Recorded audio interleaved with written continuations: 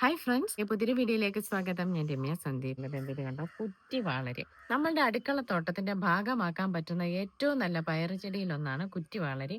കാരണം വാളരി രണ്ട് ടൈപ്പിലുണ്ട്. വള്ളിയായിട്ട് പടർന്ന് ഒരുപാട് പടർന്ന് പന്തലിച്ചു പോകുന്നതും, എന്നാൽ കുറ്റിയായിട്ട് വളർത്താൻ പറ്റുന്നു. കുറ്റിയായിട്ട് വളർത്താൻ പറ്റുമെന്ന് വിചാരിക്കുമ്പോൾ നമ്മൾ ചെടിച്ചട്ടിയിൽ ഒരു കുറ്റിച്ചെടി നിർത്തുന്നത് പോലെയല്ല.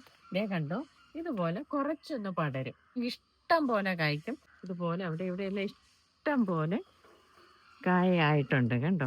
അപ്പം ഇത് നമ്മളുടെ തന്നെ വിത്താണ്. നമ്മളുടെ സെൻട്രം ഓൺലൈൻ സ്റ്റോറിൽ എല്ലാത്തരം പച്ചക്കറി വിത്തുകളും ലഭ്യമാണ്. ഈ കുറ്റിവാളരിയുടെ വിത്തും ലഭ്യമാണ്. ഇതേ കണ്ടോ, ഇത് വളരെ താഴെ നിന്ന് ഇഷ്ടം പോലെ പൂവും കായും ഒക്കെ ആയിട്ട് വരുന്നത് കണ്ടോ.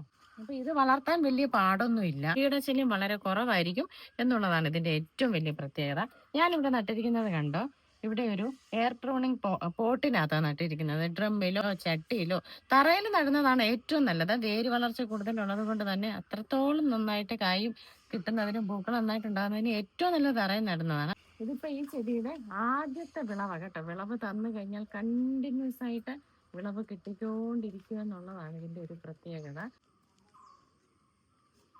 നമ്മളുടെ ആദ്യത്തെ കന്നി വിളവെടുപ്പാണ് കേട്ടോ. അപ്പം ഇത് ഒരുപാട് അങ്ങ് മൂത്ത് പോവുകയാണെങ്കിൽ കറിക്ക് കൊള്ളുകയില്ല. അതിൻ്റെ അകത്തൊരു ഇച്ചിരി മൂപ്പായി പോയിട്ടുണ്ടെന്ന് തോന്നുന്നു. ഇതായിരുന്നു ആദ്യത്തേത്.